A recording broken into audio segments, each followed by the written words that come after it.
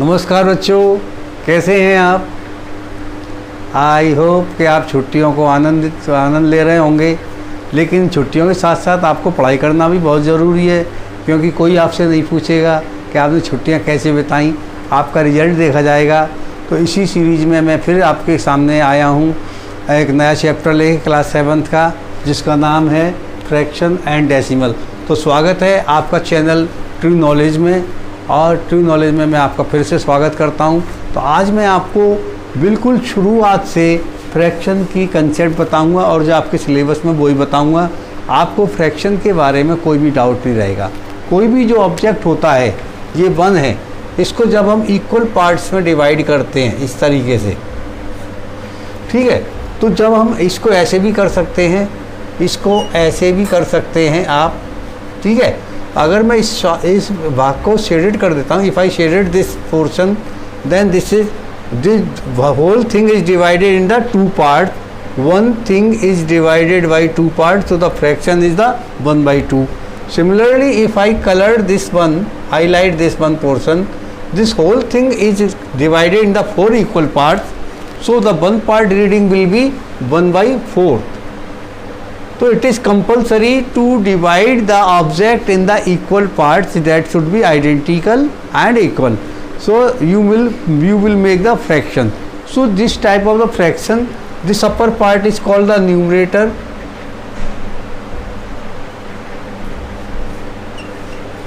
and the lower part is called the denominator.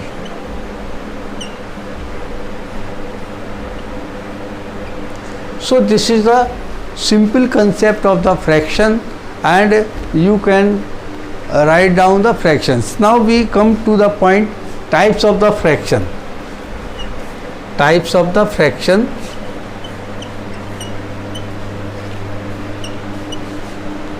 First of all, unit fraction.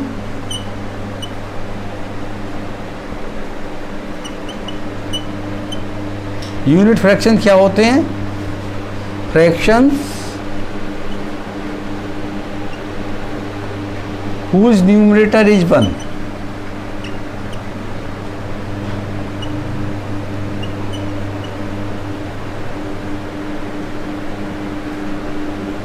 ठीक है, जिन fraction का numerator 1 होता है उसको हम यूनिट फ्रैक्शन कहते हैं। ऐसे ये सारे यूनिट फ्रैक्शन है, और भी आप लिख सकते हैं 1/5, 1/10, 1/6, तो इनका न्यूमरेटर 1 होना चाहिए। अब हम आते हैं जो आपके काम के फ्रैक्शन है, टाइप ऑफ फ्रैक्शन में, उनके नाम है प्रॉपर फ्रैक्शन, इम्प्रॉपर फ्रैक्शन और mix fraction.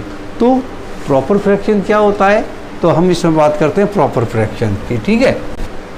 Proper fraction, fraction in which numerator is smaller than denominator. जैसे मैं लिखा 3/5, 7/9, 2/5,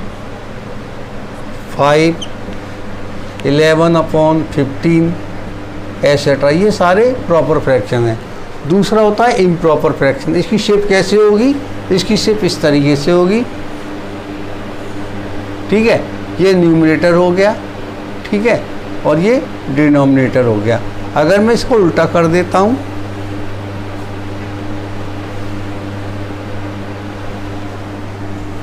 इसका उल्टा कैसे होगा?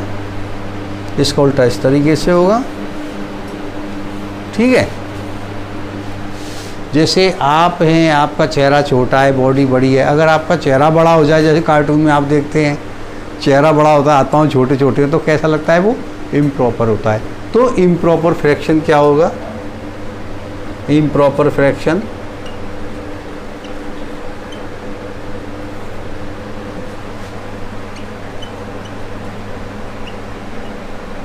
fractions in which numerator is greater than denominator, जैसे 7/2, जैसे 3/2, जैसे 11/4, जैसे 15/6, ठीक है, जैसे 21/9, तो ये सभी फ्रैक्शन जो है कैसे हो गए, इम्प्रॉपर हो गए। यहाँ पर क्या है, इनके न्यूमरेटर बड़े हैं और डिनोमिनेटर छोटे होते हैं, ठीक है। इसके साथ साथ अब तीसरा जो फ्रैक्शन आता है वो आता है आपका मिक्स फ्रैक्शन।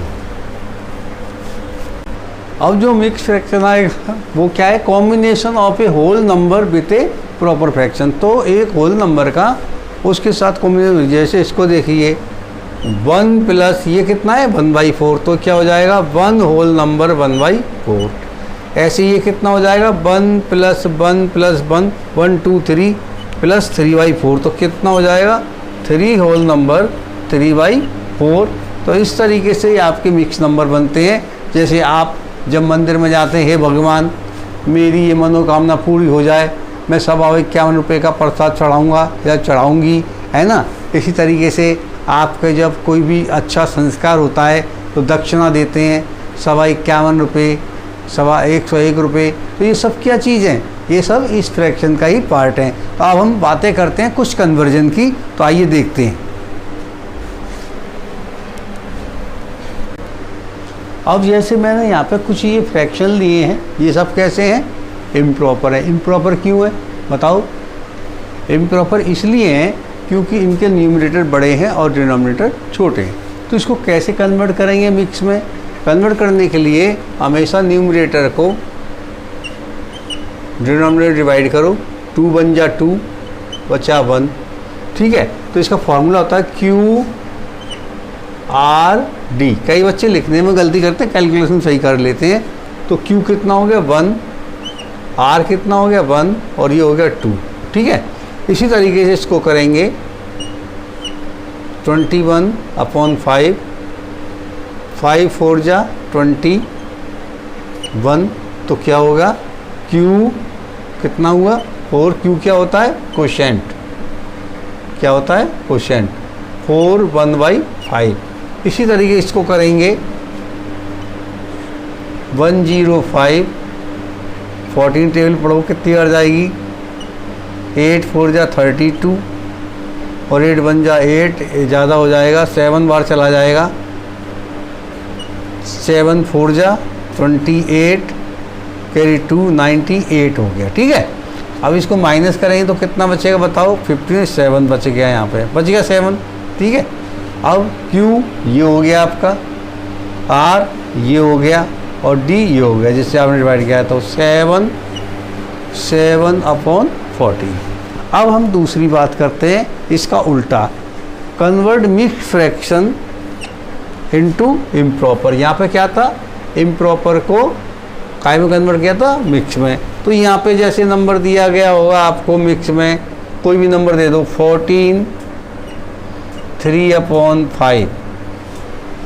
तो क्या करते हैं, इसका इसमें मल्टीप्लाई करते हैं, 14 × 5, उसके बाद न्यूमरेटर को ऐड कर देते हैं और इसके नीचे 5 लिख देंगे।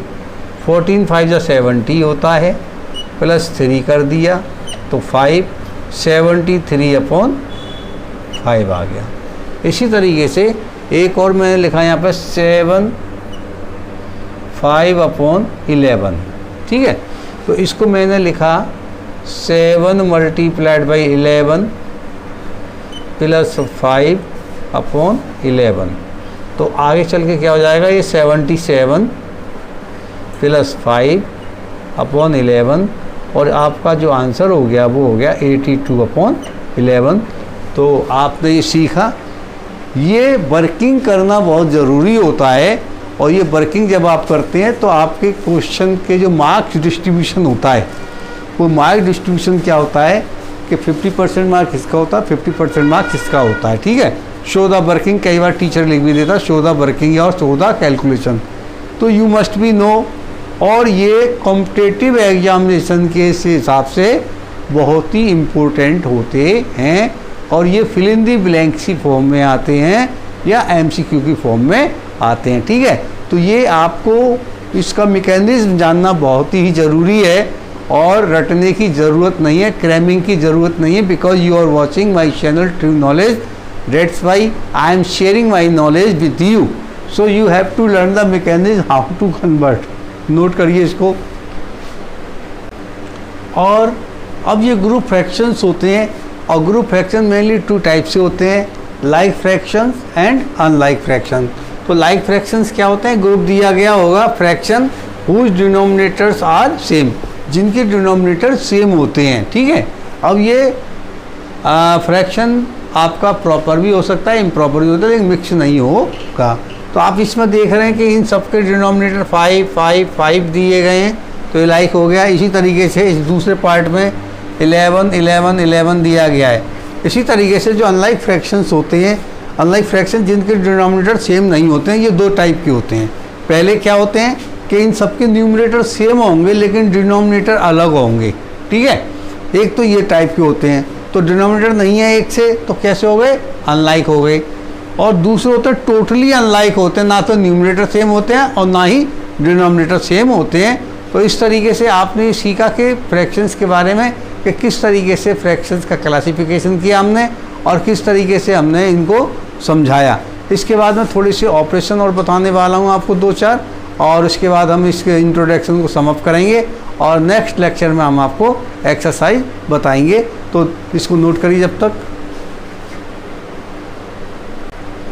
अब हम कंपेयर करेंगे 2 फ्रैक्शन को, कौन सा बड़ा है कौन सा छोटा है, ठीक है। तो बड़ा छोटा होगा तो इसमें एक तो साइन ये लगाते हैं, या फिर ये साइन लगेगा, या फिर ये साइन लगेगा।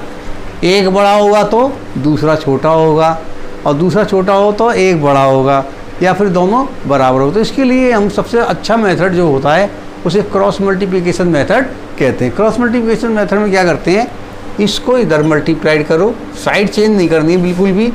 3 मल्टीप्लाइड बाई 7, इस सिंबल को यू लगाइए और इसको यहाँ मल्टीप्लाइड करिए और इसको यहाँ ले आइए। 5 मल्टीप्लाइड बाई 4, यहाँ लिखेंगे 21 और यहाँ लिखेंगे 20। ये सिंबल यहाँ लगा दिया आपने। कौन सा बड़ा है? ये बड़ा है।